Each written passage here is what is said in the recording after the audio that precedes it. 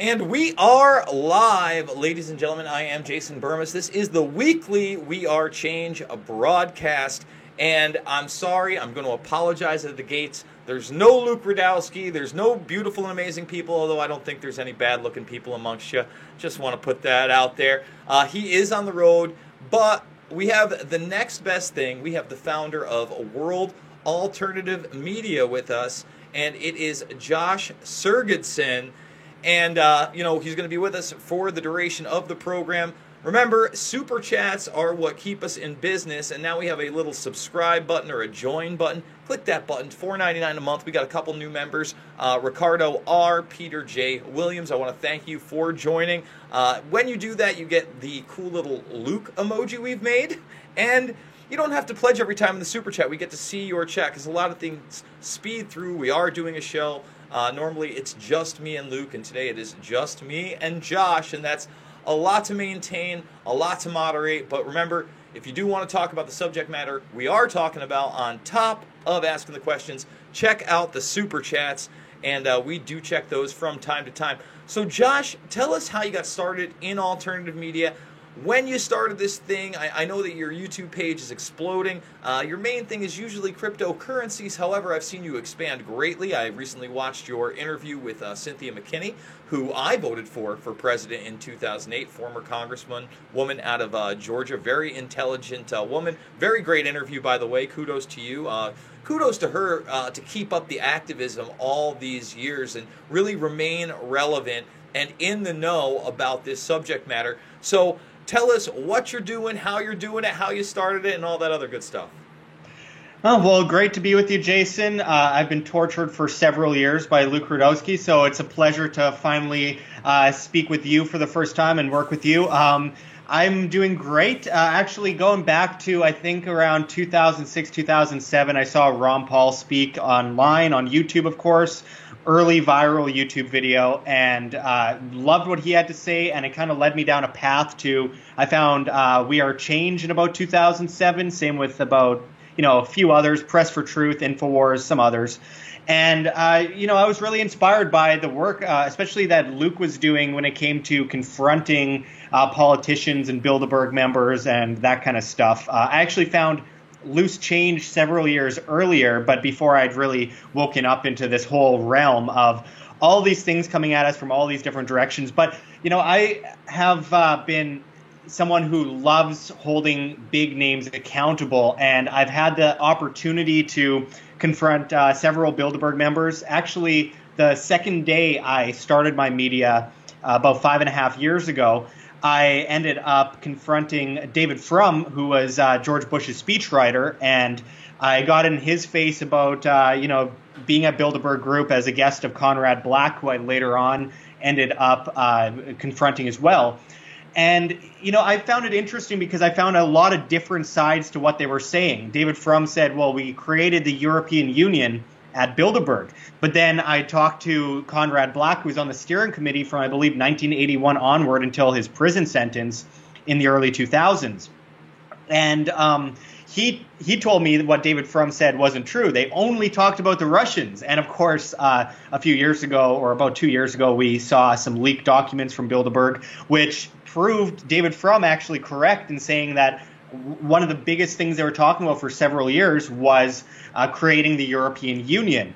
And I kind of thought, well, why would you lie to me? What purpose is there in lying to me about that? Just if that's what you talked about, just say that's what you talked about. Not a big deal. But it was a fact that he was lying while saying he was good friends with Henry Kissinger and Tony Blair and all these people who were visiting him in prison in his cell that was 6 times the size of everyone else at the prison, as a braggart, saying, my stay in prison was very comfortable. Of course, he was involved in embezzling a lot of money many years back. And I was able to get in his face and hold a microphone and confront him for almost an hour. And I also confronted, the Canadian Prime Minister Justin Trudeau on about 4 different occasions, 2 of which I got tackled and almost tased. But 2 of which were very successful, I must say, and I made international news last year calling him a scumbag on live television. So that was fun. It's allowed me to kind of branch out, and one of my favorite things is trying to explain to people that individuals must be individuals and self-sustainable and not dependent on these entities, because there's nothing better for the establishment, the banks, the government, for individuals to be part of a vast coercive collective, bowing down on their knees with the chains they revere to these so-called leaders, telling them which way they shall go and which way they shall not, and extorting them and using them and abusing them. And I find it incredibly important for people to find alternative routes. There doesn't have to be some kind of violent revolution. We can have a very peaceful revolution by looking towards self-sustainable practices and, of course, understanding money, because if you understand money, you control money. If you don't understand money, you are controlled by those that control the money. So that's one of my biggest things that I talk about. And, of course, I do a lot of work with my economic analyst at World Alternative Media, John Snyson, where we go over news from around the world on different economic or monetary systems, and we talk about markets, and we also talk a lot about cryptocurrencies, which are very important to me because those are one of the examples that I like to bring up as alternatives to so many of the things that affect us around the world, this debt servitude that so many people are on their knees for. Kind of like imagine being on a farm, a cattle, and you're eating the grass and you think you're free because you're eating the grass. It's like, well, I got grass to eat. Everything's fine. Meanwhile, you are surrounded by cage, but you don't think about the cage. You just think, well, I'm lucky enough to have the grass. And soon enough, you're led off to the slaughter with a smile on your face. And that is exactly what I try to talk to people about. We need to break free from that system. It doesn't matter left or right. Either way, we're being told that we must conform to these different ideologies, different flavors of the same religion of government, statism, if you will, and that we must conform to one or the other and divide and attack each other like hounds and fight while distracted from real enemies that are very persistent. It's a very, very scary religion that has come upon us, this idea of different flavors of coercive collectivism. We must either pick the left, which is radical and extreme and extorts people and, creates so many problems, and then the right, which, in my opinion, isn't as bad as the left, but it's very bad all the same. And we saw that under people like George W. Bush. Whoa, that's where we're going to stop you for a second, because I think that you're right in saying, by the way, it is all about dividing us. And, going back to you talking to Fromm and collectivism, and you're talking about them building a European Union among 20, 25 people that are on a board, that are there every single year, the Kissingers, the Rockefellers at the time, they're there.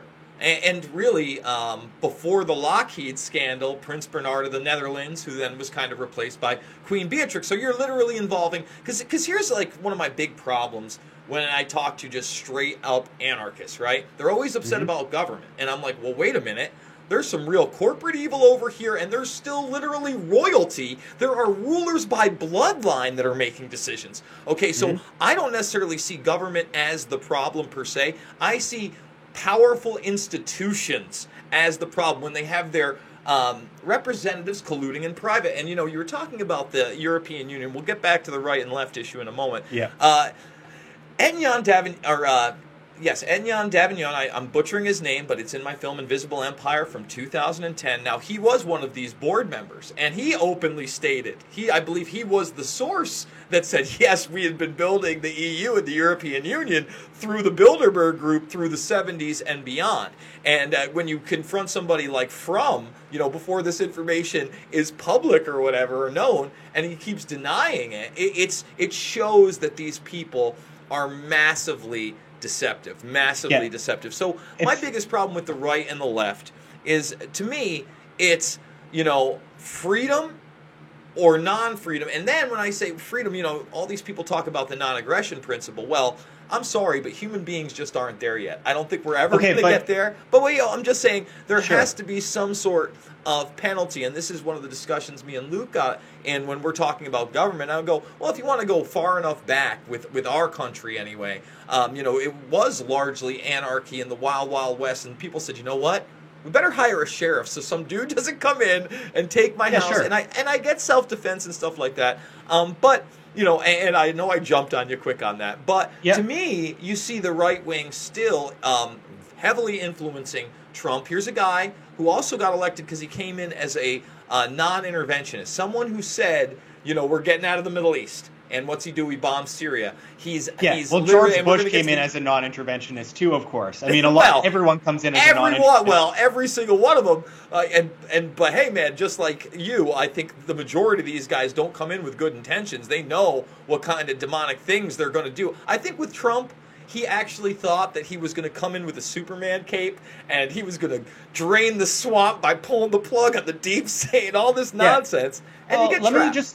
Let me get into this a bit because there's a bit to dissect there. And you mentioned royalty, that's government. You mentioned these corporations. It made itself government. Let's remember what corporations are. They are incorporated with the state. They are, in fact, forms of entities of the state. And the major corporations that we see today, the Walmarts, the Apple, the McDonald's, the YouTube or Google Alphabet, Facebook, Twitter, these companies are monopolized by the state. They are heavily subsidized with billions of dollars over time by the state. Google has been heavily subsidized.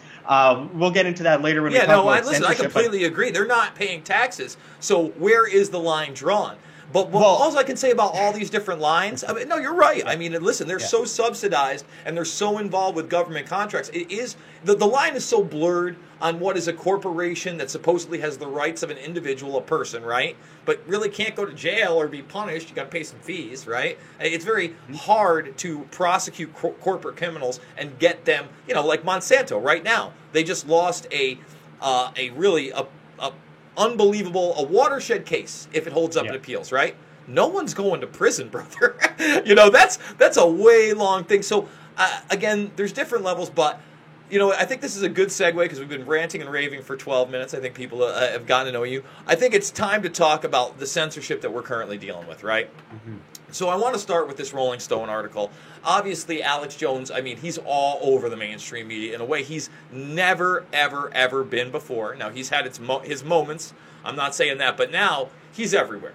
And Matt Taibbi, long before he was basically the lead writer, the lead investigative journalist, I would say, and writer for Rolling Stone, a guy who I actually have a lot of respect for, he did a kind of a hit piece on me. And the Loose Change guys on their blog, when, yes, the Rolling Stone website was essentially a blog. It didn't get printed.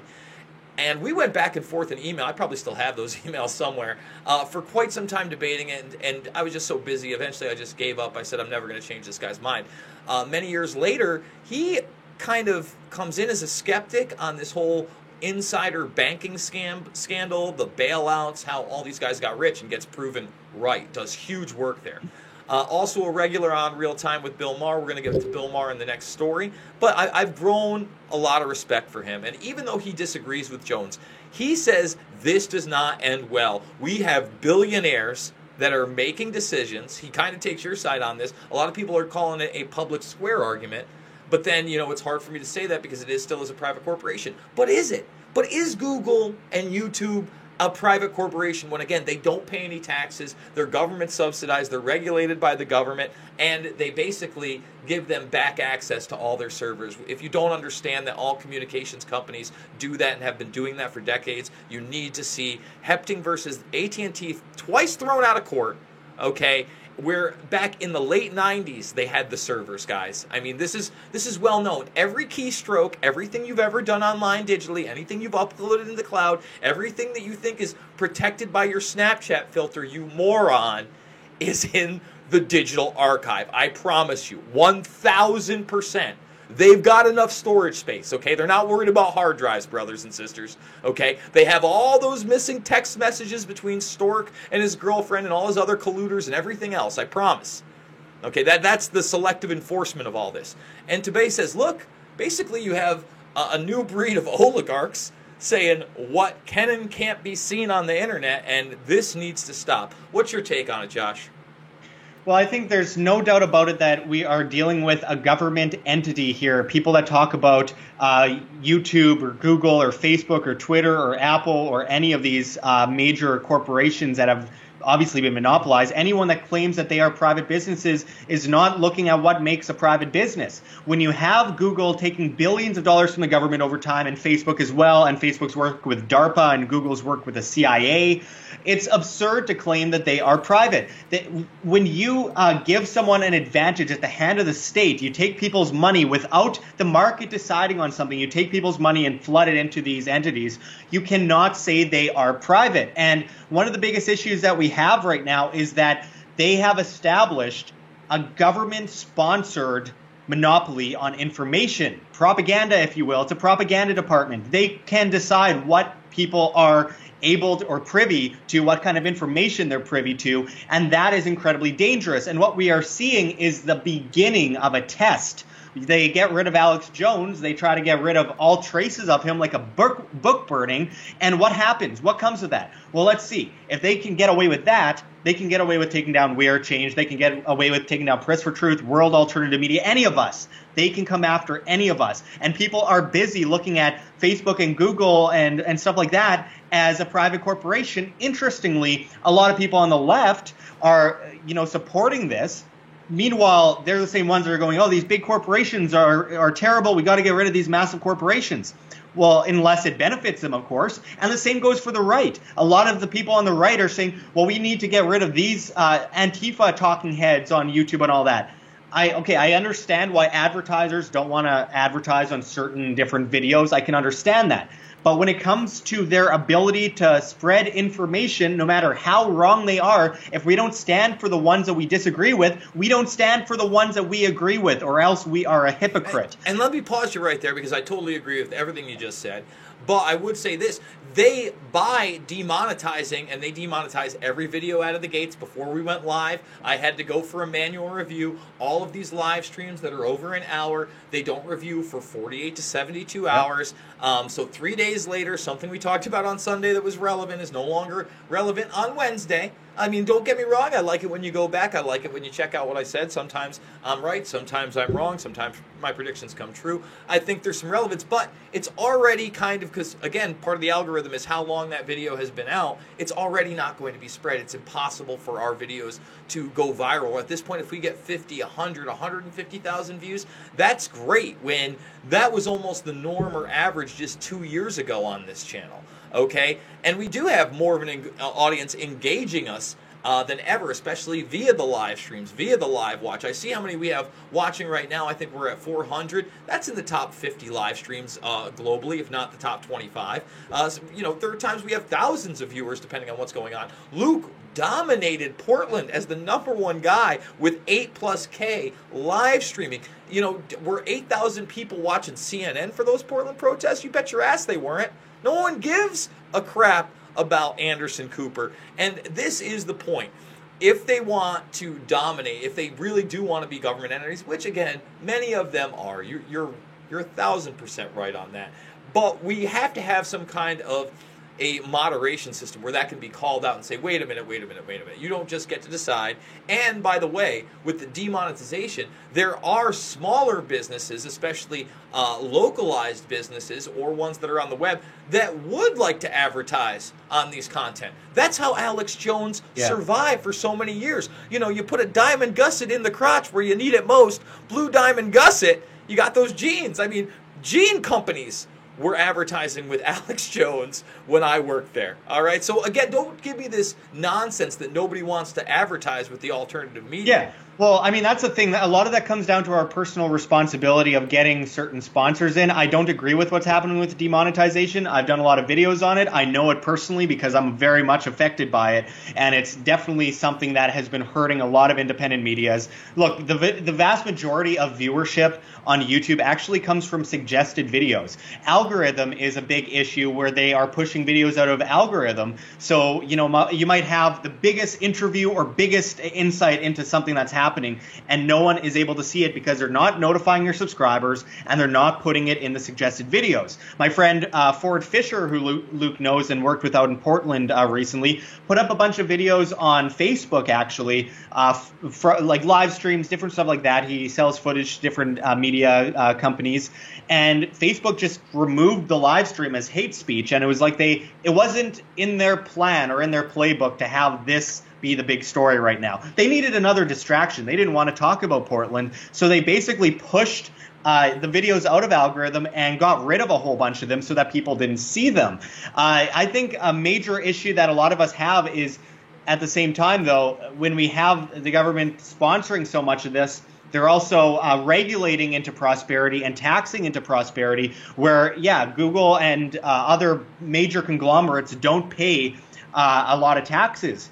I'm not for them paying the taxes. I'm for others, this competition that's working against YouTube to create better alternatives from not having to pay way more tax than Google does, because it allows Google to further be monopolized while all these other people that are trying to come in with great ideas can't afford to keep up, can't advertise, can't promote themselves, can't spread far and wide like Google or YouTube already can. It makes it incredibly unfair. It's not a fair environment, and I believe that if we as individuals all had the choice on a free market, we wouldn't need to worry about this kind of situation, because people would intrinsically walk away. Look at how in the last, I think since 2008, since a financial crisis, YouTube, all these other major social media conglomerates, they have been in a massive bubble. We're talking 617% up since 2008. That's massive. That is bubble territory. And what have they done in the last 5 years? Well, I haven't seen anything really exciting and new on YouTube other than them pushing people away, demonetizing, and hurting creators. I haven't seen anything really good or new on Facebook other than censoring more people on their fake news filter, which is absurd. And same with Twitter. They added a few letters to what you can write. These companies aren't innovating, and they have reached their wall. And for that reason, while we see their industry skyrocket over the last 10 years, they aren't improving their product. So if they're not improving their product, they will eventually hit that peak and they will crash like a rock. But of course, with the government helping prop these corporations up, how can the free market decide we want an alternative?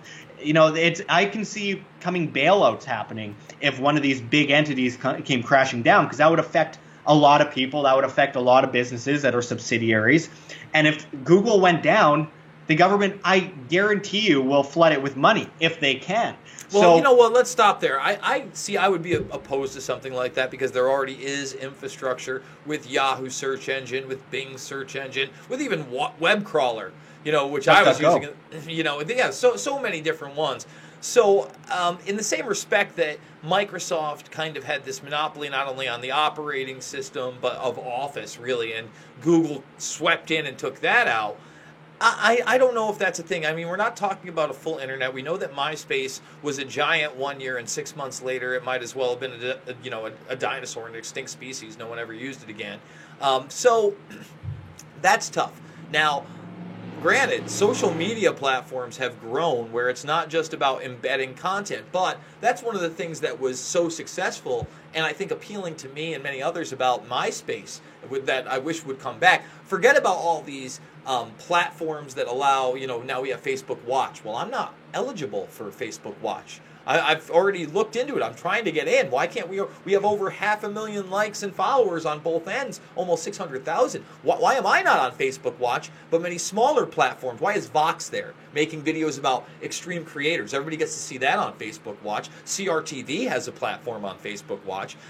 But now if I put a link to a YouTube video on Facebook, less and less people see it because they don't want you leaving their platform and going to another. Whereas MySpace let you embed videos from many platforms and really allowed that. I think that may be the answer with us. Somebody has to look at that original code of MySpace, make something that's sleek and attractive, and allow media from BitChute to be embedded, DLive to be embedded. Not worried, but and let me say this on the other end of that.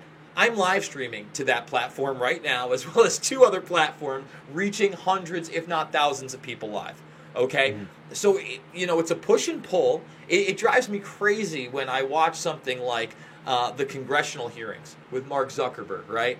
And then I watch the UK parliamentary hearings. And basically, you might as well have had every every congressman up there on their knees, ready to give this guy whatever he wanted. I'm just going to leave it there for the kids, okay? because it was, I love, I was just talking to my grandson on Facebook, and it was just incredible. He's a good kid. He's on it a lot now. And then they try to act like they're going to turn the tables and put him. Not one person talked about ACR software. We want to talk about Cambridge Analytica, but ACR, this automated software where they're taking your voice, okay, it's going through, it's in thousands of apps. In fact, not only has it been admitted, but they just decommissioned hundreds of thousands of apps that were doing this.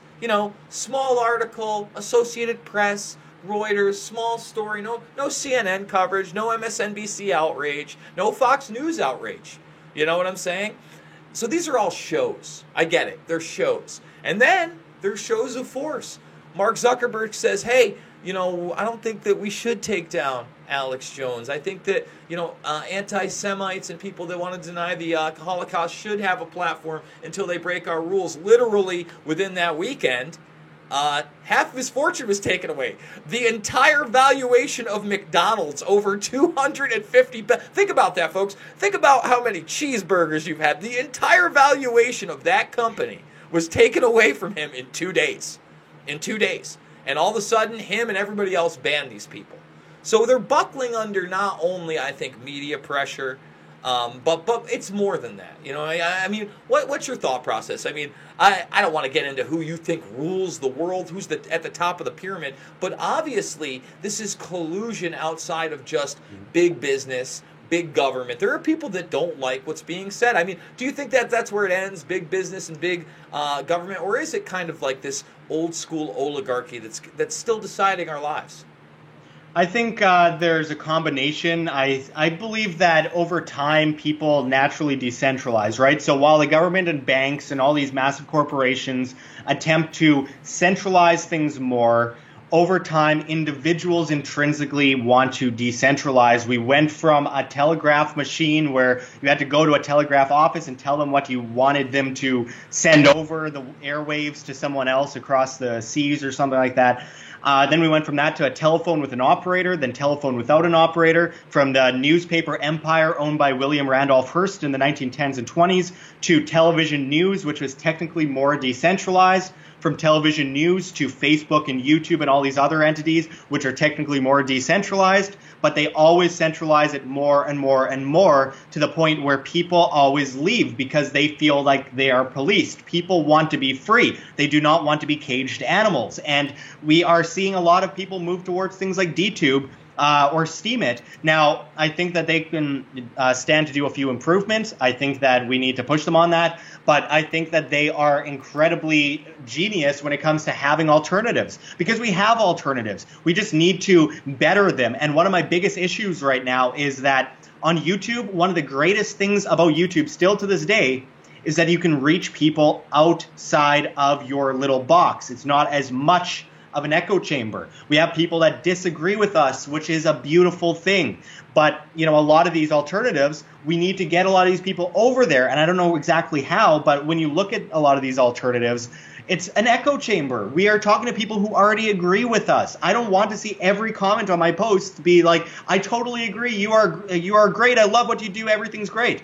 No, I want to see people disagree with me. Maybe not some of the trolls that I see in the live chat and stuff right now, but we have a big issue with echo chambers, and we will never branch outside of those echo chambers if we stay on platforms that solely talk to our audience. We need to break out. So I think that it's really important that we educate people about what decentralization is, what this decentralized blockchain technology can provide if people provide that demand that is necessary, and of course DTube gets better bandwidth and all that kind of stuff. I think we can make a massive change when it comes to this environment. But until then, we are dealing with this conglomerate that doesn't want us to speak freely, that is turning into the new version of the mainstream media and is going to eventually take down our channels. Now, what will it take to get people to leave this platform?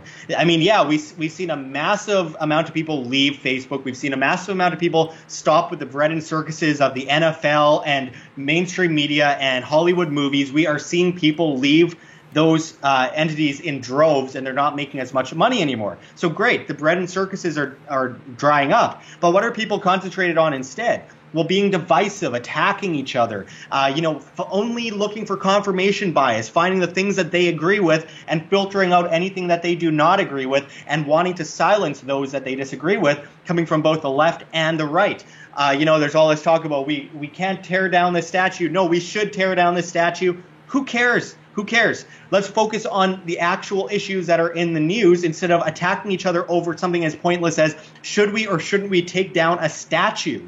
I mean, it is so absurd that we are in a time on this planet where we are only focusing on the most minute, pointless issues, how offended we are, how you identify. Imagine being so privileged that your biggest issue on earth is if someone identifies as a man or a woman, and, on both sides.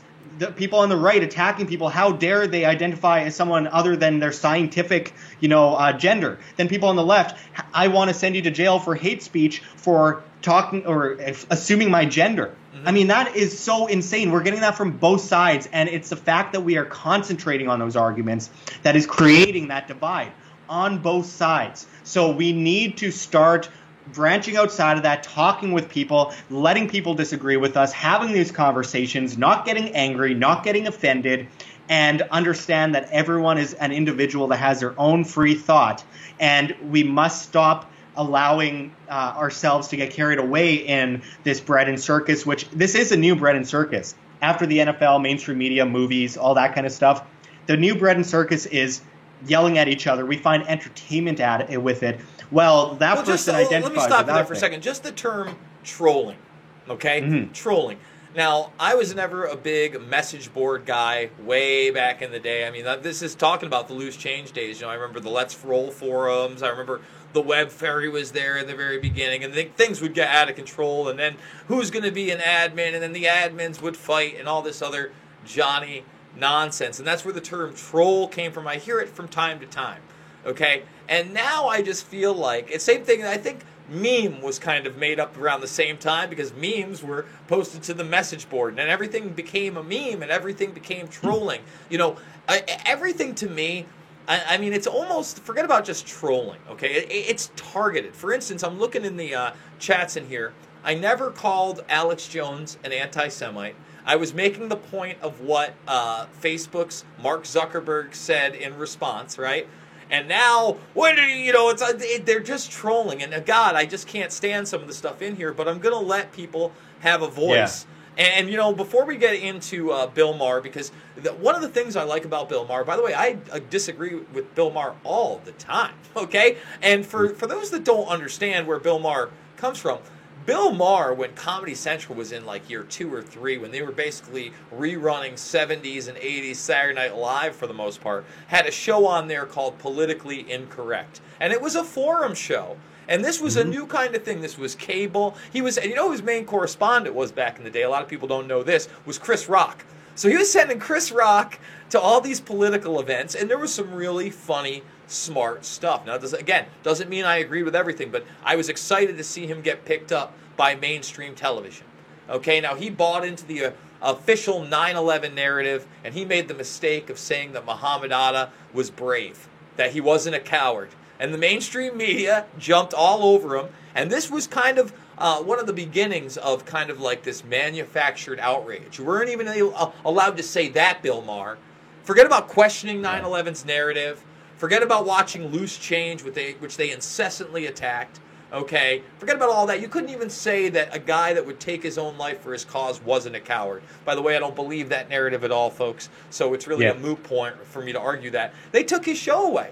And then it was HBO that kind of picked him up a couple years later, and that's where Real Time is. And now Bill Maher, I think intelligently, is saying, Alex Jones lies about me all the time.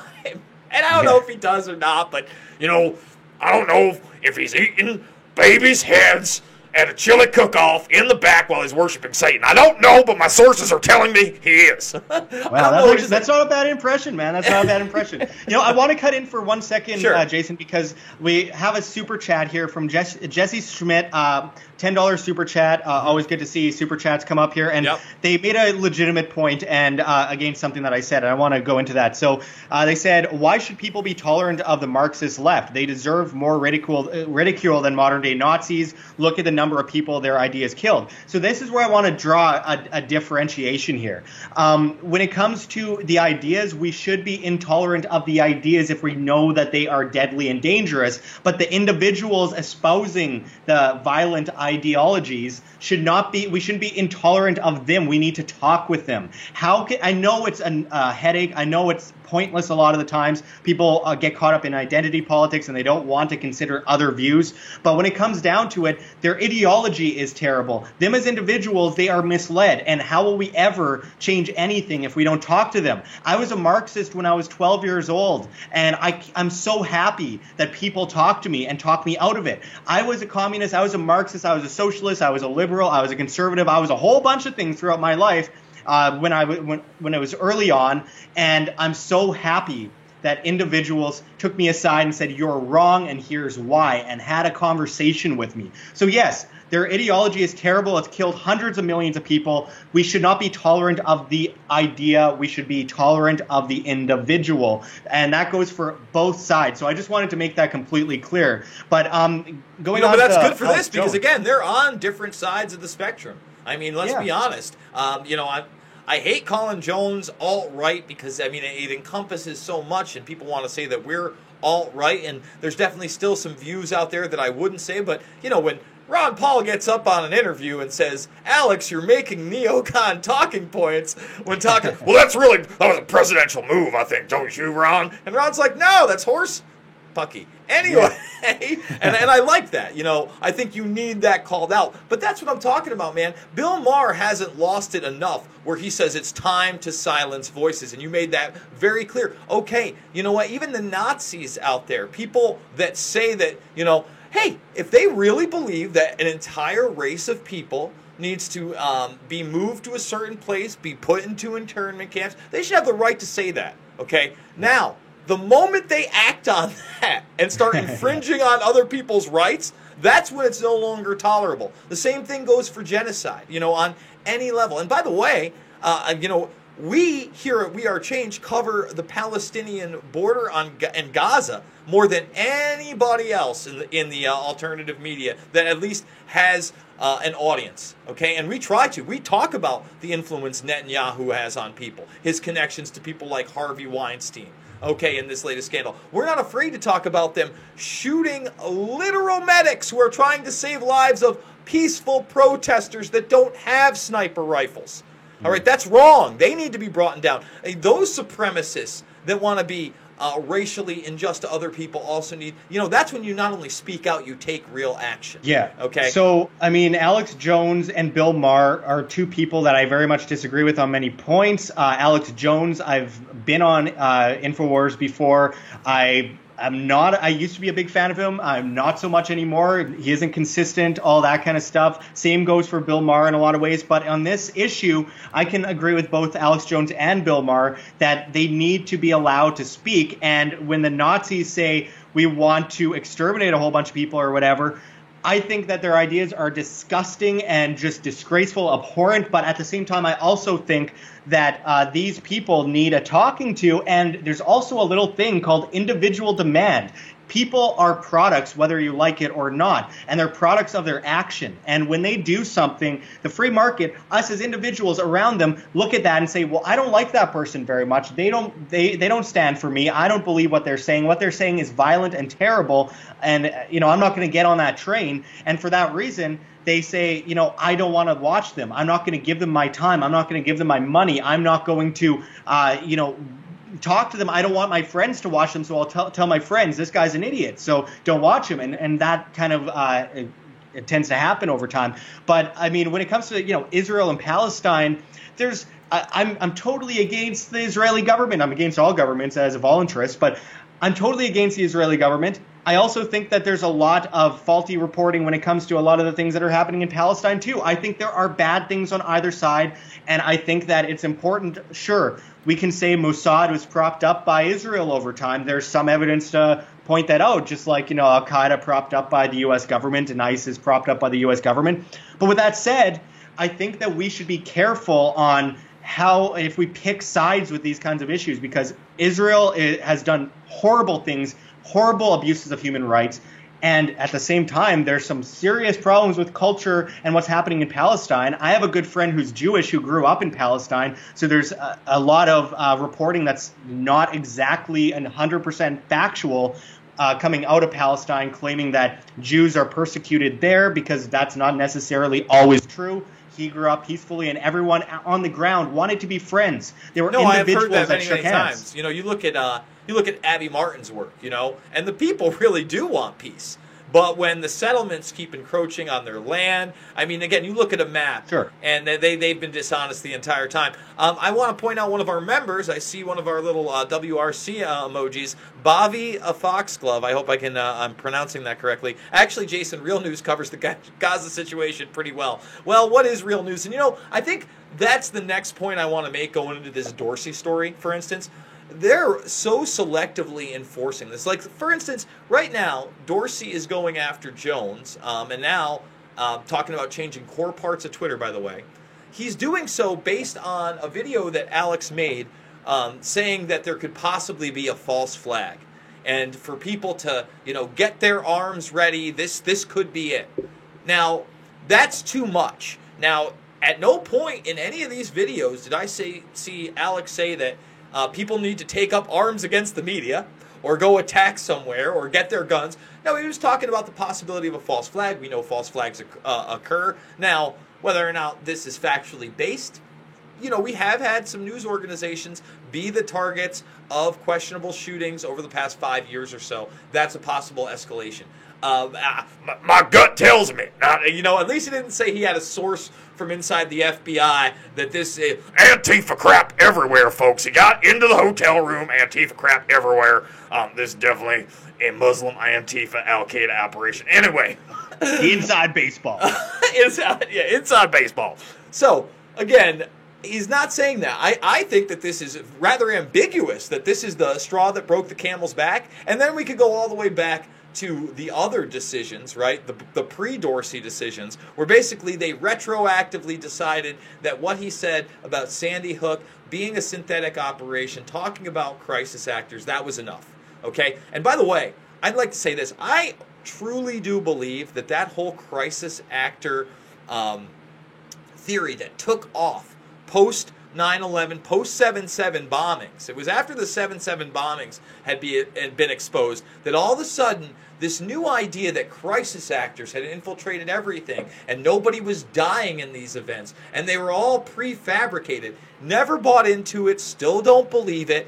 It was used, folks. Look at it now. It's used to censor speech. Not only used to make us all look insane, just like every time a celebrity dies, like Paul Walker, that the Illuminati must have it blew up his car. Robin Williams died, and obviously the Illuminati was there, and they strangled him. All that nonsense. That's to make us look bad, but the crisis actor thing was very calculated and got people to buy into that Johnny nonsense, and now they're censoring through that. But now it's expanded. Dorsey's talking basically about a video where a guy calls out, you should have your guns ready. And again, is that inciting people to go out? I don't think so. I think he should have that right. He wasn't calling for violence. And I guess the caveat to that... It's always good to be over-prepared rather than under-prepared in any situation. So it's not necessarily a threat to say you should have it ready. I mean, if someone's going to come to your door and break it down and, there's going to be some kind of horrible extermination, of course you should be ready. You should always be ready for such a thing. But you mentioned something that has been annoying me for years, which is a crisis actor situation. Because I'm not saying it's never happened, but I don't believe it's happened in almost any of these stories that people bring up. Because what's the one thing that government is extremely good at? Killing people, especially children. Look at the Middle East. They are very good at killing children. Do you think that they are going to, risk getting caught? Yeah, exactly. Like they wouldn't kill kids here. Yeah, that's my point too. Of course they would. It's absurd.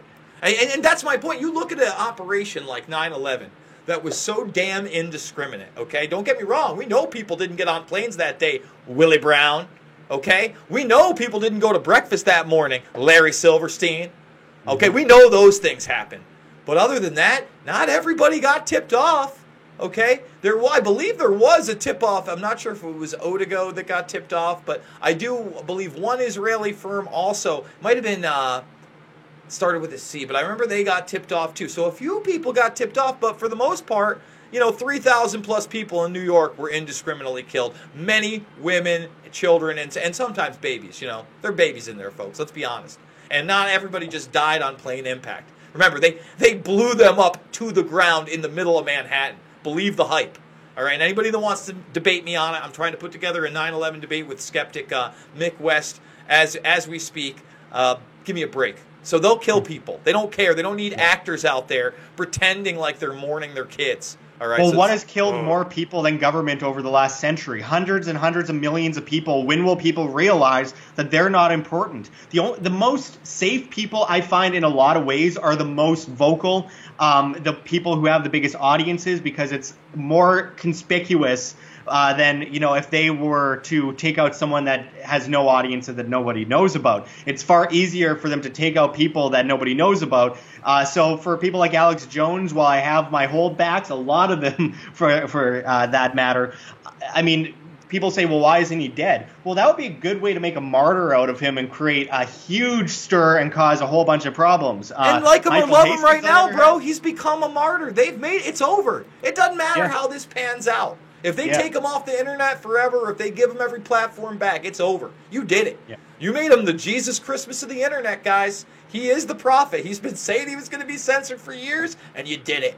You did it. Yeah. And you did it really arbitrarily on every level. Now, Dorsey, on top of talking about rethinking policies, maybe this algorithm's going to change. We already know about the shadow banning. It's there. He's saying he doesn't want those echo chambers, but then he admits, yeah, we are kind of left-leaning, but don't worry, there's no bias. We're a little on the left here, and in Silicon Valley, I'm a little on the left, but don't worry, you can trust us. We don't have any bias. That's like saying we're biased, but don't worry, we don't have any bias. They basically just put it up on a platter and said, the stork defense. It's the stork defense. No, I just want to stop right now. Do another shout out to a new member. It's Monopoly. I think it's Monopoly Money, but it's in this weird coded version. Thank you so much for being a member. We need your support. Nobody cares about the solution. This is a decentralized internet. Just here to talk about how bad the Jews are. People really just need to grow up and stop blaming others for their problems. Yeah. Amen, brother. Because honestly, as much as we talk about these things, personal responsibility is the number one way to get ahead in life. Realize you are the creator of your own destiny. Okay, you can only put so much. It's a good thing to talk about these things because, again, if we didn't have this platform, if we weren't talking about censorship, it would be happening at a more rapid pace, and you wouldn't see the world alternative medias of the world. You wouldn't see the We Are Changes of the world. But it was initially by us getting off our keisters and going out there and doing this stuff and using these platforms that we created this audience in the first place. So you got to get out there. You got to be vocal. And it doesn't have to be on the internet, guys. You don't have to be a keyboard warrior all the time. You got neighbors, you got friends, you got families. I hope that you aren't stuck on a screen every single moment of every single day, because that's not the way you should be living life. It's not very fulfilling. It's hurting you mentally. I promise you. Not only physically. That's why you got the man boobs, okay?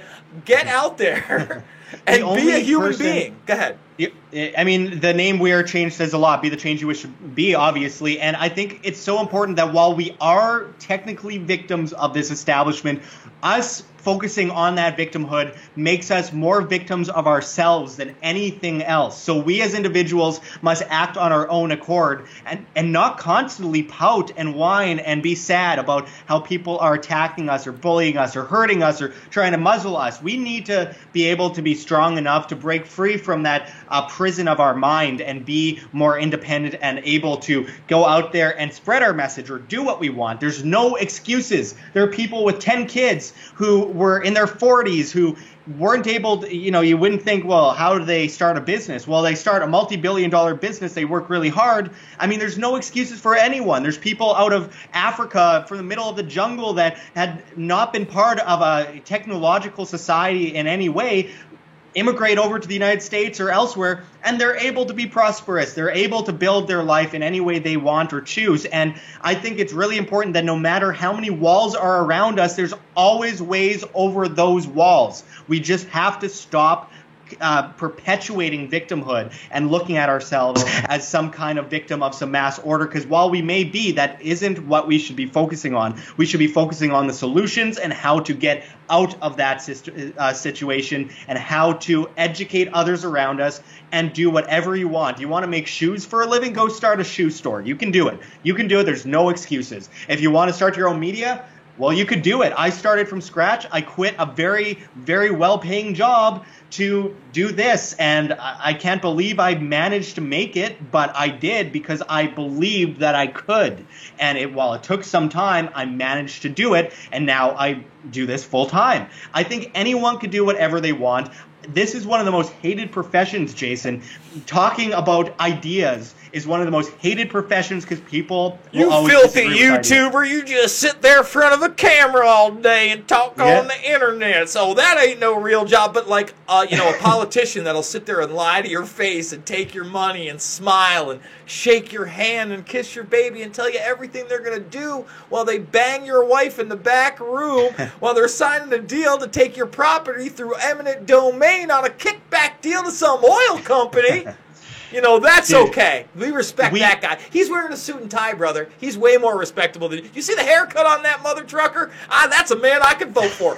Bet you he has a nice handshake. All right, I want to, before we move on to kind of Trump coming out on this, and I think he should have come out harder, by the way. One of the things that I saw earlier in the waiting chats was, if Jason said he'd get on that Trump train if Trump came out for free speech, and I said, no, I'll come on that Trump train when he says, Julian Assange, come on over. We're going to give you sanctuary here, and we're going to give you basically a place to not be persecuted for the non-crimes you've never committed because you were just acting as a journalist. We're going to give you asylum. That's not going to happen. And also when he stops spawning children. Well, that'd be nice. It'd be great. Yeah, you know what? Listen, I'll tell you what. I could get on like one of the box cars in the middle if he does the Assange thing, and then I'll ride right up there with the conductor as soon as we get out of the Middle East. How about that? So anyway, getting back to a couple of these super chats, Zachary Johnson, Substratum will end a lot of the censorship issues. I do not know what that is. And then our good friend Avataz jumped in. Happy Sunday. The new ministry of truth is at our gates. Stay steady, my friends. And I do agree with that analogy. I do feel like it is the new digital ministry of truth. And here we have Trump coming out and saying Trump blasts social media for silencing conservative voices. Well, I'm just like, hey, dude, I'm not conservative. What about my voice? What about the fact that you have the Atlantic Council, the Israeli government, and Google colluding to see what's going to be on the internet with Facebook. Oh, no, we can't have these voices. Not just Alex Jones. It's way beyond Alex Jones. In fact, that's highlighted in the Taibia article. And it's not just about conservative voices. How about we free speech? I don't like it that Trump made this about, quote-unquote, conservatives. Or do you feel like, on the cue boards, it had to be this way, and there's a mushroom pizza. Like, you got to decode the latest puzzle. Like, all that nonsense that we've debunked many times here. But seriously, I don't think he came out strong enough. Number one, he didn't mention Alex Jones, which without Julian Assange and Alex Jones, folks, I don't know that he gets elected. Okay, because I really feel like a lot of these things were already rigged on the digital side. Remember when they said they were going to do that recount? And they started recounting votes, and all of a sudden Trump got more votes. And they're like, oh, we better friggin' cut this right out. Well, Jason, recently, I think it was a 12-year-old hacker was able to hack into 11. a voting machine. 11. I mean, yeah, it's absurd. But I think that it's, usually playing to your base, the different flavors of collectivism, like I mentioned earlier. But I'm sure you probably looked into technocracy before. Going back into about 1971, I believe, Henry Kissinger, without the permission from Nixon, went to meet with Mao Zedong. And then that led to an alliance, which led to the Trilateral Commission under Zbigniew Brzezinski later on. And the idea is to create a massive technocratic economic order out of China, and that's been going on for a long time. And what does China have currently? They have a social credit or Sesame credit score, and they have facial recognition everywhere. They have crosswalks where people jaywalk. They put your face on a giant screen on video to shame you, and then send you a text message, an SMS showing the fine. It just instantly recognizes your face and sends you a text message. This is the kind of system that we are slowly drifting into in this technological age, is that they want a very centralized, very technocratic society where people have to worry about what they say. And Alex has actually talked about this recently, this idea of the Sesame credit in China as what the end point is when they are pushing into this kind of censorship on YouTube and elsewhere. It's that eventually we will have to be very good behaved little kids, or else we put in a timeout, because if we say things that aren't exactly considered politically correct by the vast overseeing establishment, then, well, our social credit score will go down, and good luck being able to do anything that we want when they unroll the centrally planned cashless society out of places like China and elsewhere through the SDR at the IMF. So I think that actually has a lot to do with what we're seeing. I think there are economic motives that are coming out of this situation. And as far as it goes with someone like Julian Assange, I think I saw recently, I believe Rand Paul is pushing Trump to try and get him to pardon Julian Assange. I hope that goes through, but I don't hold my breath, because the thing about government is government creates problems. Are they going to solve them, or are we going to just look at the Hegelian dialectic of problem, reaction, solution, repeat for eternity? Because that's what we see in almost all cases. Monsanto propped up by government. Oh, well, they got a lawsuit and it's huge, and there's a whole bunch to come, and it could very much take down Monsanto. But is it really going to be the government that solves the situation, or are they just going to outsource to another complex that they are strategically arranging for us, like they're strategically arranging for the world reserve currency to go down and China to take over with, as they give their citizens gold and attempt to protect their purchasing power over there to become a superpower over the United States. There's all these things that intertwined, and it becomes a vast flurry of confusion, and you never know really what's going to come next, but you can assume that it's not going to be in our favor. So no matter what Trump does, no matter what the government does in this case, I don't think it'll ever be for the benefit of us. If anything, it'll be to temporarily keep us from freaking out about the fact that all of our channels might be taken down in the near future, and we might possibly be pushed into a social credit system. I think that there's a lot of this to be talked about and criticized and understood, and I think it'll take a lot of conversations and a lot of waiting and seeing, which is an unfortunate thing. But do any of us have an idea of what we can do next to stop this system from continuously muzzling us? No one has any real idea. We have blockchain technology that can be great, but do we really know what we're going to do when they take us all down? We can try and prepare, but we don't really know what comes next. Who knows? I got a notification from YouTube yesterday that asked me, please fill out this survey. Don't hold back. Tell us what you think. Tell us how we're treating creators. I want to hear what you have to say. And I was kind of just thinking, do you really, YouTube? Do you really want to hear what I have to say? Should I really not hold back? Or am I going to send this in? You're going to put me on a list and make it even worse for me and eventually take down my account? I don't know. It's all very confusing to me. I just know that I don't believe the government is going to fix this problem, because, they've already propped up this vast entity, and now will they come in with regulations and laws and legislation and stuff to stop this massive entity from censoring us, or will they just stop us from being censored and then start really censoring the left or something like that? I don't know. I don't trust it for a second. There's always an agenda at hand, no matter what they end up doing. Well, you know what? Let's unpack some of that, because you're talking about the Chinese social credit score, something we have talked about here. We've actually played that clip where they're going to purify society. It was on the Today Show. Not much more American coverage than that. Basically, one network, I believe it was CBS, decided to show a 7-minute clip clip that should have frightened the entire nation into saying, well, we need to pass some laws that we can't do that. And instead, no, it's just like, oh, we watched a video where there's 200 plus million CCTV cameras and over 200 million people part of this system, and they want all 1.2 billion under it within another year and a half in 2020, and it's going to be 600 million plus cameras and on the spot. And the one lady is like interviewed by the news. She's like, I think it's great. We get the bad people out of society, and basically you're beaten into that mental submission where that's actually what you believe because you're a shell of a free thinking person. You don't have free thought. The state literally decides everything. And one of the main things, you were talking about Kissinger and, George Bush before any kind of job in government. Okay, what was he? Oh, he was ambassador to China for the United States, going there all the time. Mr. New World Order himself. Joe Biden. Back in the day when he was just a senator, I've got him in Invisible Empire, talking about, well, what kind of part do you think China's going to be involved in this new world order? And then you got James Baker, one of these neocons, his son's still around big time, by the way, talking about how by their sheer size they will be included.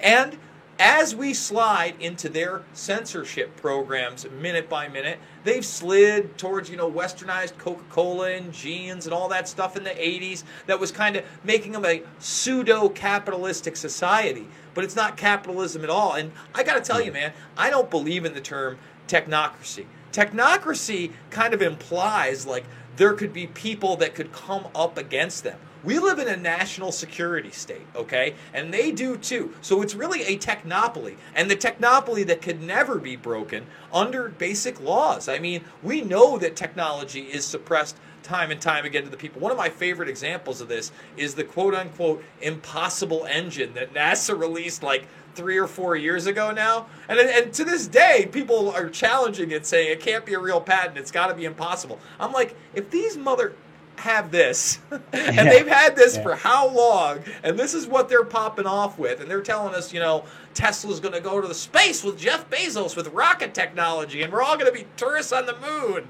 Yeah, right. Okay. Yeah, well, I mean, look at the stealth fighters out of the 1940s that we only found out about in the late 90s. And, I mean, you can only imagine what they have. But I also want to throw in a factoid about the fact that the IMF has been talking recently about putting their headquarters in Beijing, China. So that is also a great example of, well, they want to unravel their special drawing rights at the IMF. They want a world currency. This is a very real thing that they talk about all the time. And they are seemingly propping up China. And I think it's very clear what their intentions are. When we see the world reserve currency going down, all fiat currency throughout all of human history have reverted to their true value of zero. Going back to 1024 AD, and get this, China, the first fiat currency in China, well, they appear to be the first that will prop up a massive centrally planned cashless society, which if your money's in the bank, it's not yours, it's the bank's. And if your money's always going through the banks via legal tender laws, centralization, digital transactions,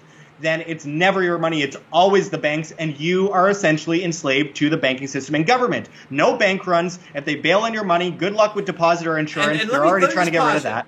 Because a lot of people don't know what you just said when you said special drawing rights in the IMF. Let me explain that to people, okay? Back in a little place called 2010, the IMF, the International Monetary Fund, said, you know what? We're just going to have our own currency. We're going to call it an SDR, a special drawing right. Oh, it's special. It's zeros and ones on a computer backed by nothing. By no economy whatsoever, by no ruling body other than the IMF that is accountable to no one. It does not gold, not silver, not even the fiat of an economy. Because guess what? The IMF isn't a place. It's a goddamn banking system that is so archaic and unbelievable and out of control that it's hard to believe that when I'm talking about an SDR, I have to explain it to people that yes, the majority of what is held by many of these loans that we're taking out, the global debt that we'll never pay, is imagination land. It's zeros and one SDRs. Continue and finish up your point, my brother. Well, and I can't help but mention that, 97% of the currency in the United States, of the U.S. dollar, is actually digital as well. I find it interesting that they call the SDR, they call it a basket of currencies. Like, that's so nice. We're tiptoeing through some daisies with a little basket, little Red Riding Hood. Well, actually, the real problem is the wolf that's going to try and eat my grandmother and steal my food in my basket. But I think that a great example of a little look into the future is Sweden, which hit negative interest rates some years ago. And they unrolled a mostly cashless system. Only 1% of transactions in Sweden are actual physical transactions. Almost everything is digital in Sweden. They got public transit where they are putting chips in people's hands voluntarily for now, but they're putting chips in people's hands to scan to get on the train. It's absolutely insane. And what are they doing right now at the Federal Reserve? They are desperately trying to raise interest rates because between 2008 and 2012, they had to drop interest rates about 5.5%, and now they will have to drop it far more to be able to stay on their feet, more centralization, but they can't. They will have to go into negative interest rate territory. So watch out for the housing bubble, watch out for the pension bubble, watch out for the auto bubble, because this will be expanded drastically by the heightened interest rates, and then when they drop it out, good luck. I have some optimism, though, that we will pull through, but that is highly dependent on individuals' education. So that's a big reason why we're here. But let's not fret at the fact that we have a massive, massive order called the United Nations, which have their tentacles in everything, which aren't even a legitimate organization of any kind, that are giving rules and orders to countries around the world while unveiling a massive international central banking system for the coming crash that they know is going to happen. And they're talking about going cashless, and they are talking about, these bail-in regimes, first through Cyprus and now in Canada and other places, they have these bail-in regimes where they can just take depositors' money to pay for these terrible, investments that they've made. And then what happens? Well, I guess depositor insurance, right? Well, there's almost no insurance on deposits. If you actually look into depositor insurance, in most cases, it's about 3.5% tops. Will you be happy only getting 3.5% of your money back, highly inflated? I don't think so. And the ECB's Mario Draghi is talking about eliminating depositor insurance. So when you have a cashless system, you can't run on the banks, and at the same time that they bail you in, well, what are you going to do? Nothing. It's all digital and it's going through the banks. You never own your money, which is why I like cryptocurrency, which interestingly enough, if decentralized, China has been attacking it, a huge centrally planned cashless system. So has India. They've been attacking decentralized cryptocurrencies like Bitcoin while trying to unveil the banker world order currency, the cashless society that's centralized. So I've often said you can use a blockchain if centralized to enslave humanity, but you can use a blockchain if decentralized to overthrow that which enslaves humanity, in the same way that you can take a gun and slaughter a whole bunch of innocent people, but you could use that same gun to save all those people from being slaughtered. It depends how you use something, how you implement it, and how you apply it, and looking at things like gold and silver hold, scarcity, application use, demand, the subjective value of individuals generally over history. And Bitcoin has it, but a lot of cryptocurrencies don't. So individuals have to do their own due diligence, because this is a very volatile situation that we're entering into, but it could be very lucrative and at the same time save a lot of our butts.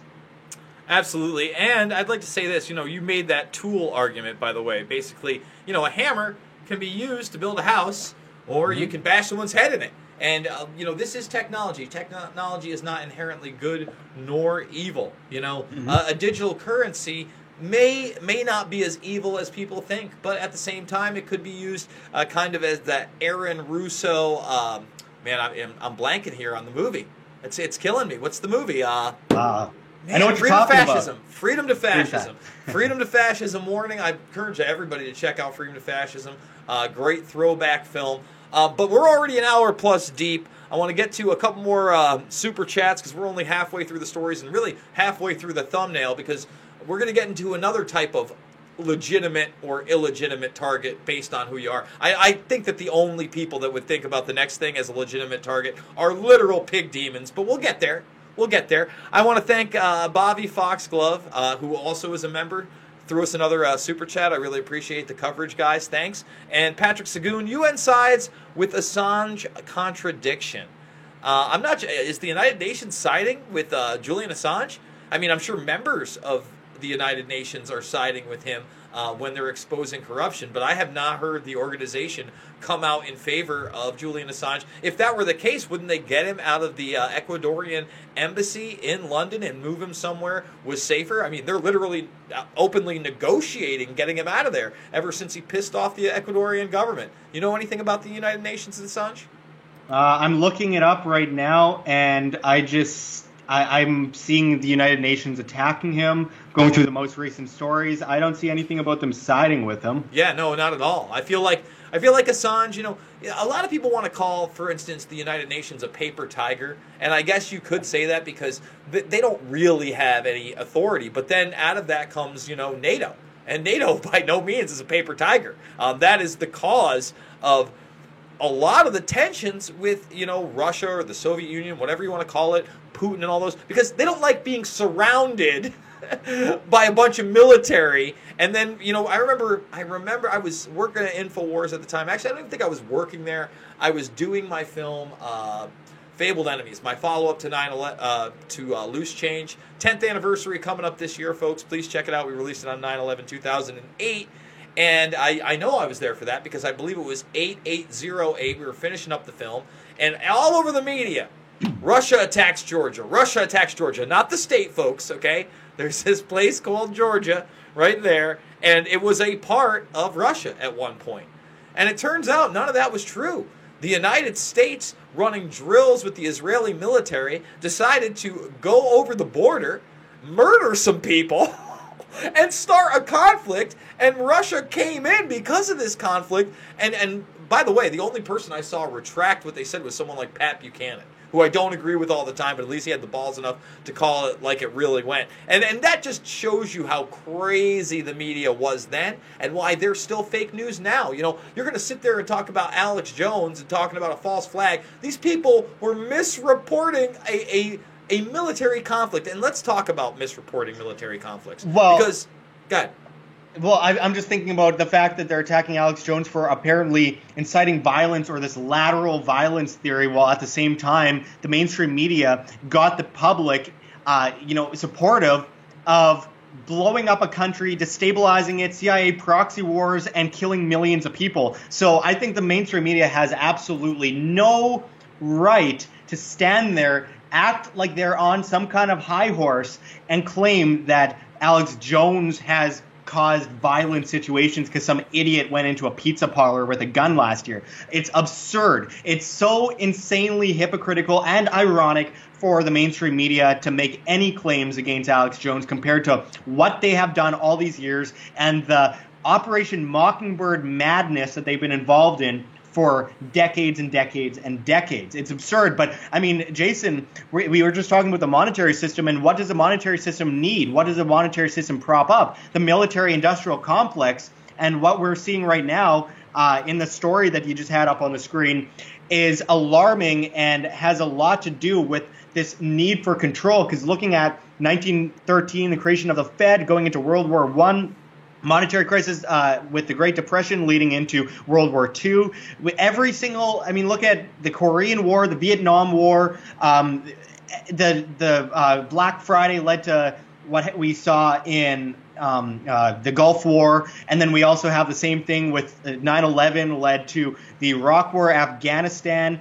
The 2008 crisis was followed by the attacks in Libya, in Yemen, all these places. So I think that they both tie in with each other. A monetary crisis ties in with a massive war for the bankers. And what we are seeing Trump do right now is another example of how no matter who the puppet is, no matter what the face on the suit is, we will always see the military-industrial complex propped up. It's the biggest form of big government. It's global governance. No one can call himself anti-globalist like Trump when they are bombing children for the establishment, the global establishment, and he's catching up to Obama and looking to way outdo Obama on bombing children in the Middle East. So he has absolutely no right to claim that he is anti-establishment and anti-globalist, because that is what props up globalists the most, is the financial system and the military-industrial complex. And by the way, so let's just talk about it, okay? This latest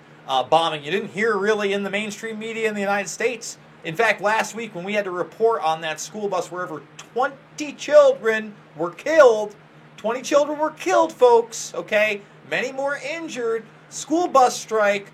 I had to go to the European media, okay? I'm sick to my stomach over the whole thing. The fact of the matter is that this isn't even an isolated incident. You don't even know about the war in Yemen. You barely know about the $480 billion arms deal we made with Saudi Arabia and how these are Raytheon U.S.-produced missiles that are killing children. In fact, this bus, which they called a legitimate military target. Let me repeat that for everybody that's got a very thick and dull skull, and they want to talk about America, boy, and you don't like that flag. You better love it or leave it, brother. You better love it or leave it. Those dirty ragheads are getting what they deserve, and if I had my way, the entire Middle East would be a glass sandlot, son.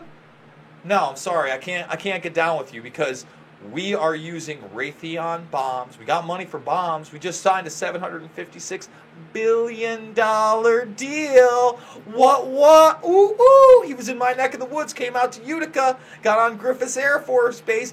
The old John McCain bill. Didn't thank John. That's what the media was upset about. Didn't thank Mr. McCain for that $750 billion that we don't have for bombs for babies. The Bombs for Babies campaign. Bet that wouldn't be too popular. But this is a legitimate target. Okay? And here's the kicker. Not only do we not know that we're involved in this war, we're picking out the targets, we're refueling the planes, we're supplying the arms, but this is one of 50 strikes this year on civilian vehicles. Okay? Let me repeat that. One of 50.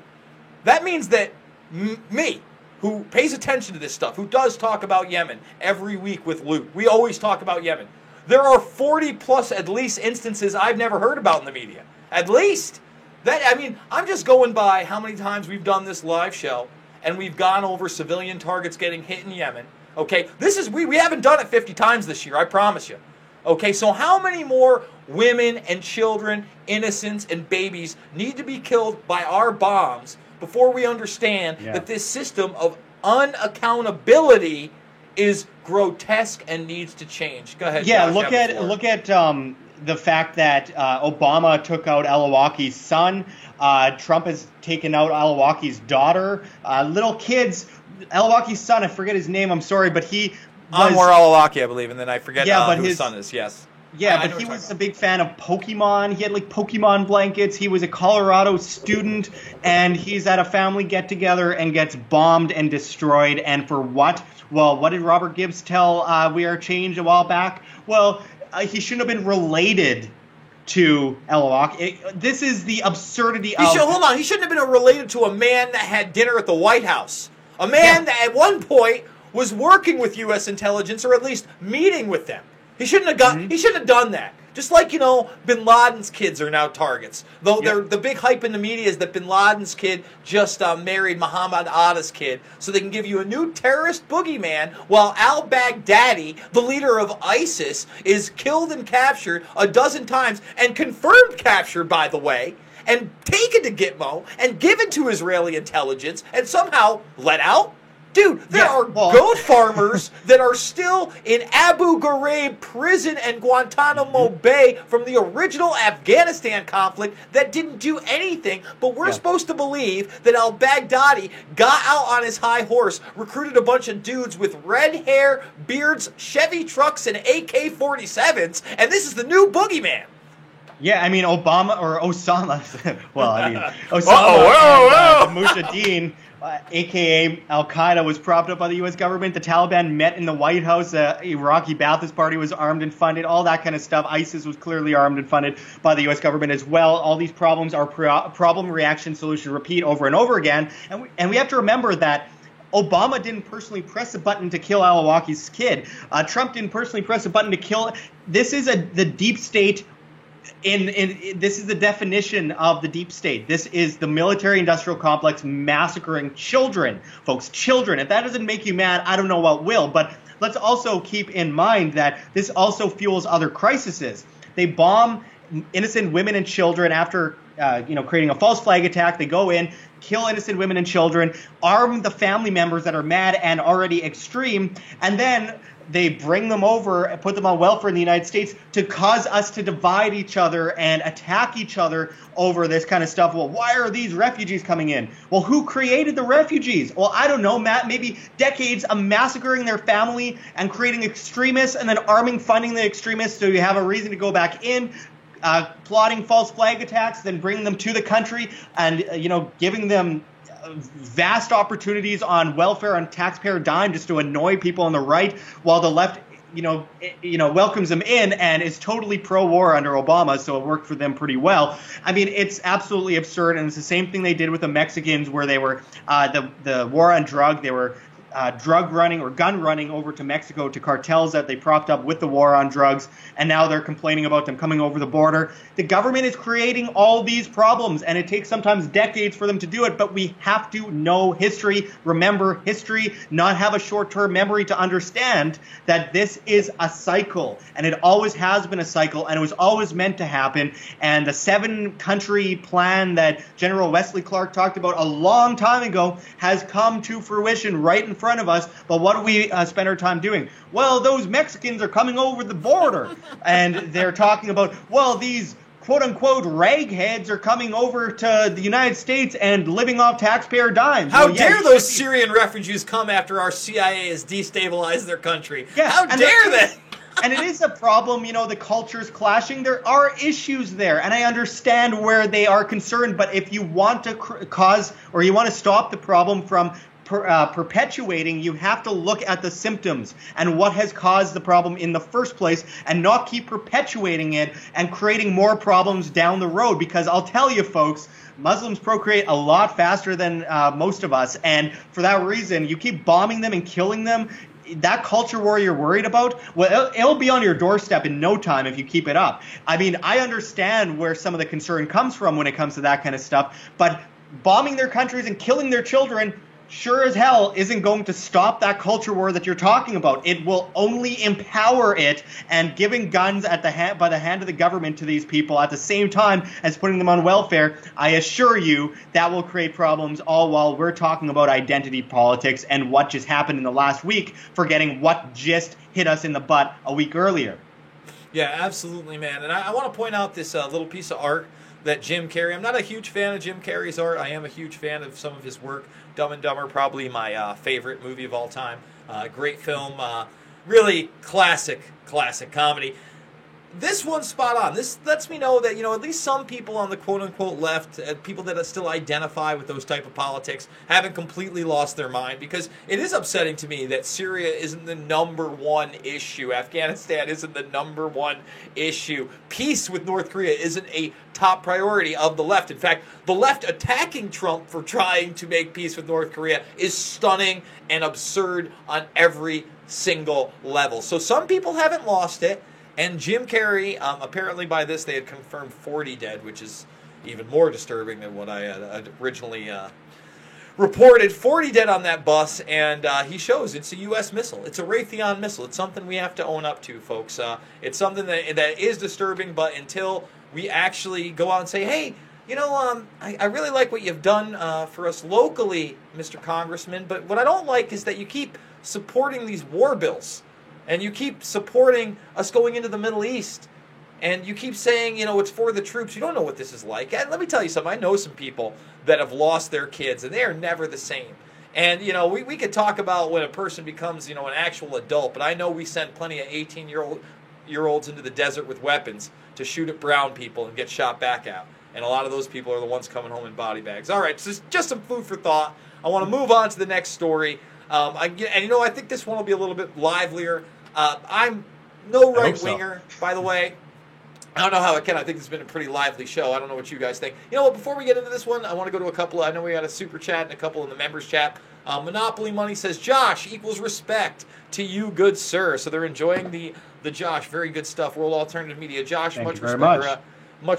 Much respect to you too, Jason. But these are the seeds that must be planted. And then let's go over to the super chat here on the bottom that I may have missed. And there's a couple of them. Am I still picking up the Khabib over McGregor? Absolutely. Khabib is going to manhandle McGregor if that fight happens. I promise you, he will put him down like a sick dog. Anyway, a UN panel has said that WikiLeaks founder Julian Assange is being arbitrarily detained at the Ecuadorian embassy in London. Okay, I will check out that story and look up that UN panel. Thank you very much. Who is that? That's Patrick Segoyan. And the other one was Jesse Schmidt. And let's see. Oh, of course, here we go. We can't do those ones. The hater's going to hate. Hey, trolls. And I don't like calling you trolls because I think that's too good of a term. Trolls are sometimes better looking than what I imagine you are. Yuck, yuck, yuck. Just keep giving me super chat money, I guess, guys. I don't know what to tell you. I can't even entertain the Johnny nonsense. So, here's the story. Now, I think no matter where you stand on the abortion issue, personally, you know, I'm not somebody that would ever be able to have an abortion in my personal life. Not that it's my choice, and I think that's very bad that there are no real reproductive rights for men when they do accidentally impregnate somebody. That's food for thought. A lot of people won't take my position. It's a woman's body, I know. I think that, you know, I would never overturn it. I couldn't have it in my own personal life. It's not really an issue I would take on. But I do kind of find it repugnant when somebody like Chelsea Clinton says that Roe versus Wade decision added trillions of dollars to the economy, as though the decision to take the life of a baby or a fetus or whatever you believe should be economically based. And I think this is... Jason, it's the useless eaters comment that we heard many years ago. Who was that, Kissinger or something? I mean, there's plenty of them. I mean, you got Kissinger, yeah. Prince Philip, you have people like Ted Turner. We're feeders, we're eaters. And look, bottom line, it's disgusting. Listen, we've all been to Walmart. We've all been to peopleofwalmart.com. I get it, all right? Not all of us are going to be the brain surgeons and the computer programmers of the world, okay? That's great. Some people that maybe I couldn't hold an intellectual conversation with know how to fix my car, and I don't. I'm car-tarded, okay? I'm literally... I wish every day that I had more of a male role model to teach me about vehicles growing up, because I can't even drive stick. It's sad. It's sad. Tell me about it. Yeah, I know, man. Yeah, you know, I cry myself to sleep on my big pillow about it still. But you know what? It shows that there are different kinds of smart, different places for people to have in society. And we don't just arbitrarily get to decide who the useless feeders and eaters are. And again, when I see something like this, no matter where you stand on the issue, I don't think it should be decided by economics. Because I'm so sick of hearing how many people can live on the planet. There's almost, I think we're almost at the 8 billion mark. I really, truly believe that if we took our resources and we did some of the things like that I agree with in Zeitgeist. You know, Zeitgeist is this utopian kind of idea, but if we instituted maglev trains, if we did what Eisenhower did during the 60s with our... highway system, and we built infrastructure, if we did have farms that leveled up in the air, you know, and everything there was locally based, we could change things a lot. There wouldn't be the kind of problems we have now. We're not utilizing technology correctly for these increases in population on purpose. Okay, and because we don't want a challenge. This is how I look at it, Josh. The more people there are on the planet, the tougher it is for you to maintain your position at the top and give the commoners, those useless eaters, less and less. Eventually, they will rise up against you. You know, that's why I love that line that the Hamptons is not a defensible position. It certainly is not. And that is their biggest fear, that at some point a large number of us will say no more. And to me, that's what population control is really about. Yeah, I don't even believe that when it comes to space use that we're overpopulated. And, you know, one of the biggest arguments for that is that there won't be enough food to eat. But statistically, the more people there are, the more production there is. And then there's more competition against those big echelon of the highest echelon of the establishment that you were talking about. It's the same thing as automation. People are like, well, automation's terrible, and it can be in certain realms if the government has complete control over the markets.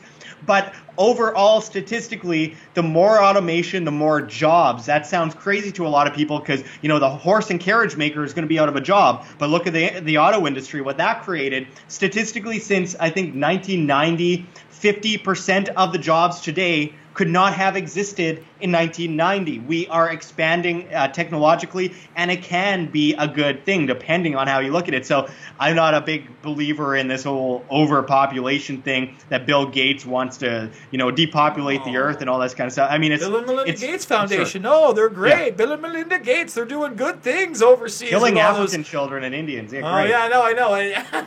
Hey, I know he's talking about vaccinations for everybody and lovely GMO mosquitoes that they're now releasing into the wild. That's all very good, but you look at some of those things that they've done overseas, some of those experiments that the Bill and Melinda Gates Foundation is involved with just publicly, and they couldn't be done here, folks. There's a reason they're going on in other countries, okay? And God knows, again, that's a shell for rich people.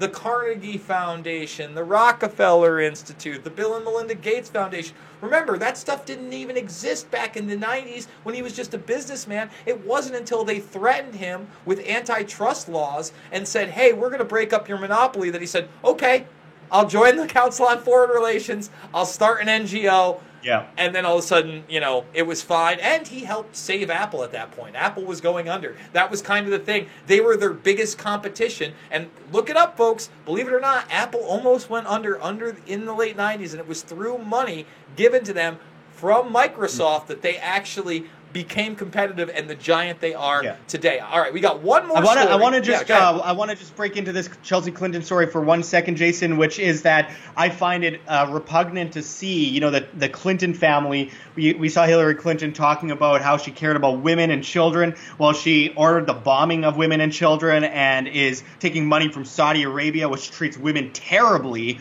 And, at the same time as they're bombing all these children, killing millions of them over time, they're talking about abortion and saying we need to allow more abortion. Now, I'm not a fan of abortion personally. I'm not going to get into that too far because that is where you're playing with dynamite or you're playing with lightning, basically. It's not a good issue to really dig deep into, but I don't believe in government stopping people from doing things. I will say, though, personally, I think abortion isn't a good thing. There are certain issues that might change that issue a little bit. But overall, to hear anyone claiming that they care about children, that they care about women while their family is bombing women and children is absolutely abhorrent. And I think it says a lot about the content of their character. And trust me, the Clintons don't have much good in them. I can't imagine for the puppets that they are really over-the-top evil and powerful. Most puppets don't actually have that much power. They just say what they are told to say. I find Clinton to be an example of someone that actually has a lot of power while being a puppet. I think she's a terrible person, Hillary and Bill. I've interviewed Juanita Broaddrick, and what Bill Clinton allegedly did to her in the 1970s, absolutely disgusting family, and they have no place talking about the good of humanity in any sense of the topic when they have ordered the deaths of millions of them. It's sick. Josh, what's wrong with little cocaine? Little cocaine in Arkansas, some prostitutes, Josh, no big deal. My wife, first woman president's going to happen. Yeah, just watch out for the syphilis. Hey, I totally agree with you on every single point. I think the abortion issue is a very touching one. Personally, it's not something that I like to touch because, again, I am into personal freedoms, and that's what the law of the land says right now. I think that people that revel in it, that don't find it you having maybe lack of character, especially people that do it multiple times. I'm not saying, hey, that everybody that's had an abortion is a bad person or a person of low character, but somebody that doesn't treat it with gravity, like a real situation. The people that are proud of it. Oh, like the people like Sarah Silverman, and it's just disgusting. And again, I get that, radical things to say on the left, but I would hope that it's a tough decision to make one way or the other, especially when you're considering it. But that's just me. All right, I'm going to go to I think we have one more super chat I want to go to, and then we're going to go with this last story, and we're going to close it out. Jesse Schmidt, again, thank you so much, Jesse, for supporting the program. He's here weekly. When Khabib loses, will you buy a pet turtle to remind you of how slow Khabib is? I'll tell you what, I won't buy a pet turtle as I already have a dog and I don't need a smelly tank and more responsibility with an animal. But I will go buy a retro Teenage Mutant Ninja Turtle and have him as a sidekick on one of the live streams when hell freezes over and Khabib loses to Conor McGregor in an alternate multiverse type situation, because it isn't happening here, brother. I mean, he's really going to put him down and embarrass him in front of all of Ireland and the world. Anyway, with that said, I want to get into this story by the Associated Press because it highlights what was happening out in Pennsylvania. The big news, I did a video on the backup channel and on the main channel on this one, guys, because it was a very important story. We had over 301 priests. Let me repeat that. 301 priests that we know of from a state grand jury, okay? From a state grand jury over 7 decades molesting over 1,000 children, probably in the thousands, as, you know, just confirming 1,000 would be tough to do, as most people don't report abuse. There are so many reasons that this needs to be covered more, and one of them happens to be that there was a widespread pedophile network, not only within the church, but there were subgroups that were making child pornography, and there were subgroups that were selling children to other men outside the church. Some of this behavior was mirrored, by the way, in a recent documentary series called The Keepers, all about a murder of a nun and the sexual abuse of children in Baltimore during a similar time period when this was going on. Now, for decades, this has been covered up. There are other whistleblowers in a study that I cited from the LA Times where this has been going on for centuries. Well, the video that I decided to do actually exposed that it's not just the church, it's large institutions. And this is a great caveat article. Because yes, we had this going on in the Catholic Church in Pittsburgh, but it's going on in Orthodox Jewish communities in London. It's going on with the grooming gang in the UK. It's going on in Afghanistan, and our soldiers are told to shut up about it, and in Saudi Arabia, by the way. But then our soldiers, when they're in power over people, are raping children in Abu Ghraib and filming it. These are all facts, okay? Hollywood does it. The Bryan Singer case, we know about that. It's factual. Watch An Open Secret. We know about the Franklin scandal, okay? We know it went on in D.C. in the late 80s and the early 90s. There's over 100 pages of documentation in Nick Bryant's book alone when he went out to debunk John DeCamp's book, The Franklin Cover-Up. He's like, this can't be true. This is absolutely outrageous. His book is absolutely outstanding. I got to get Nick Bryant on here. But it shows you not only, I mean, we've been talking about consolidation of power. We've been talking about the technopoly. We've been talking about a slave state digital currency control system. Pretty heavy stuff here. Well, it doesn't get any heavier than the people at the tops of these pyramids abusing children. And Josh, this seems to be just kind of like, I don't even know how to describe it. It's a sick generational thing of power. We know back, for instance, I'm not going to name the name of this gentleman, but there was a gentleman that was involved in that pizza parlor scandal where a man did go shoot up his pizza shop and magically hit the computer where supposedly the child porn was. Just a coincidence, didn't hit anybody else. Went through a locked door and right into his computer. No big deal. James Alefantis gave a tour of that. Anyway, he's having Antinous as his avatar. For those that don't know who Antinous is the Greek god of pedophilia, man, boy love. And he is an actual figure that was turned into godhood in the 1st century of the Roman Empire, where he was the boy toy and favorite of, I believe, Herodin, the emperor at the time. Okay? So this kind of culture has been celebrated for thousands of years, where people of esteem and privilege have children for their sexual pleasure, and it has to end. We're in 2018.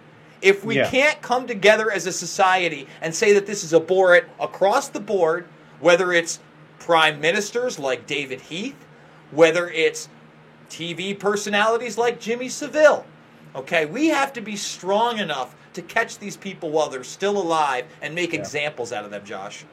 Yeah, instead of having what happened with JFK and how many years it's been, almost everyone involved is dead. We can't allow that to happen. It's absurd, but I mean, I look a lot at this idea of power and how you get to a certain point where you have so much money that money doesn't bring you any further power anymore. A few $1 billion more, what does that do? And then they get to a point where it's a complex where they it's not money anymore. They look for new ways to gain power. It's an obsession. It's a fetish of theirs to have as much power as they can. And one of those ways is with these sick, disgusting individuals is to take children as slaves, as a way to exert their power. And the Catholic Church has been, under the radar and scrutiny of people for years, but no police officers, no government really gets into it much. They kind of stay away. The Catholic Church, in my opinion, is a disgrace to Christianity. I don't think that it's Christian at all. Most Christians I know don't support these heretics that believe that they speak for God, which the Bible very much speaks out against. These people are surrounded by satanic symbols. They are very much involved in these rings that we've seen for decades. I saw a nun who was covering it up in the news recently, just countless children caught. This is what we have exposed. What is there that we have not yet exposed? Imagine if this is what we know about. Imagine how much more there is that we don't know about. And this Franklin cover-up kind of stuff continues to happen. I know it happens a lot in Canada with Native American girls missing, mostly underage, and never seen again, and all witnesses saying that they're seeing, Mercedes-Benzes and, BMWs and Porsches pulling up and taking these women in, and they're never seen again. There's a lot to be said about the rich and powerful branching out to slavery as a way to feel more powerful. It's a horrible, horrible thing that's been happening for thousands of years. And Greece was a great example. There is a huge example of, the Vatican covering this stuff up, not just in the last century. The last century, can you imagine what they got away with in the 1800s and the 1700s when there wasn't an internet and there wasn't as much scrutiny and you were put to death for questioning them? I mean, I just can't even imagine what the amount of horrible, horrible afflictions they've dealt to children and individuals over time. It's sick. So, yeah, I think the Vatican is a disgrace.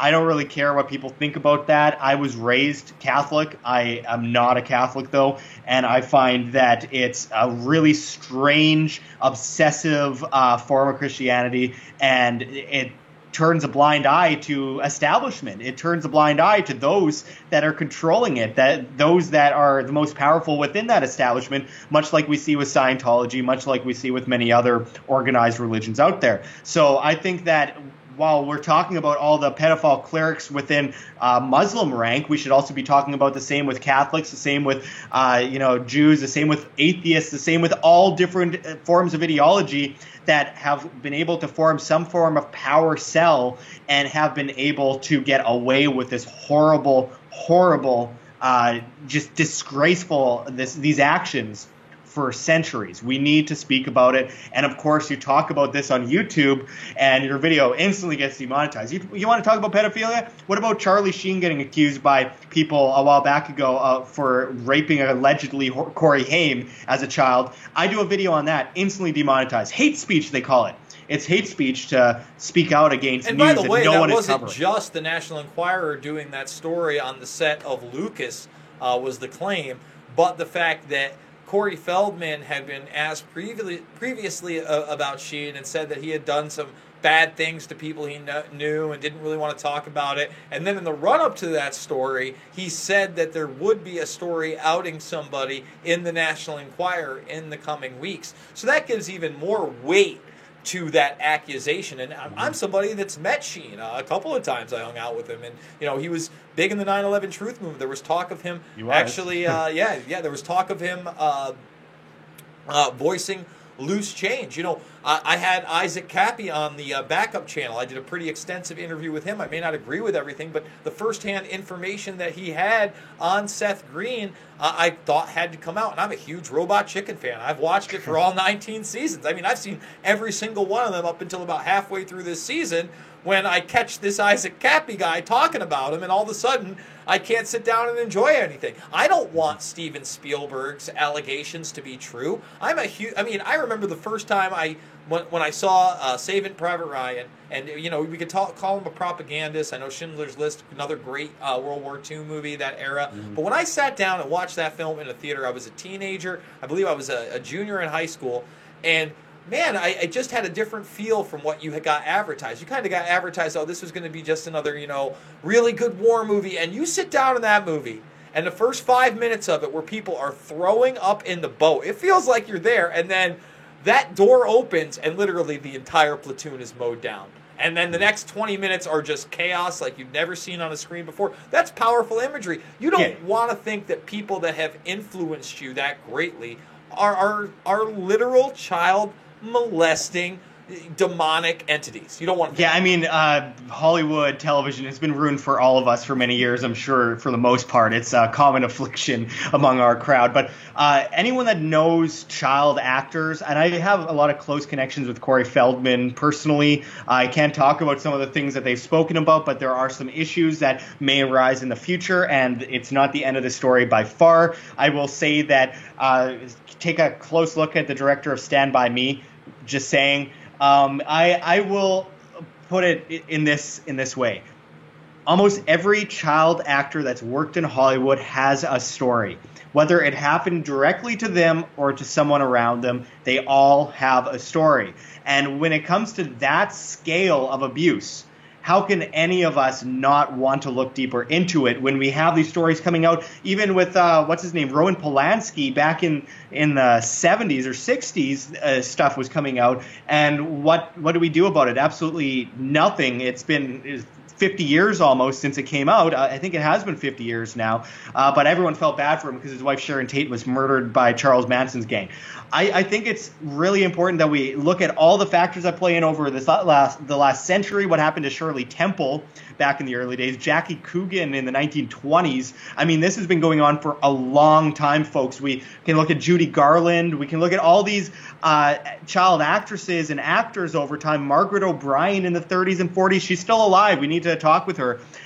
There are so many examples of things that happen to children, including drugging them, molesting them, and for us to stand here and act like it's a new thing is really terrible, and it just shows that we've been regressing, and it's like, well, we don't want to focus on this. We don't want to face the fact that all these things that create these amazing movies, Quentin Tarantino's of the world, these kinds of people are not good people, and even if they aren't directly involved in the molestation of children, they know people that are and aren't saying anything about it, which makes them an accomplice, which makes them almost just as bad as them. Because when you see children getting molested around you and you do nothing to further your career, I mean, is it that much different than actually doing something to that child?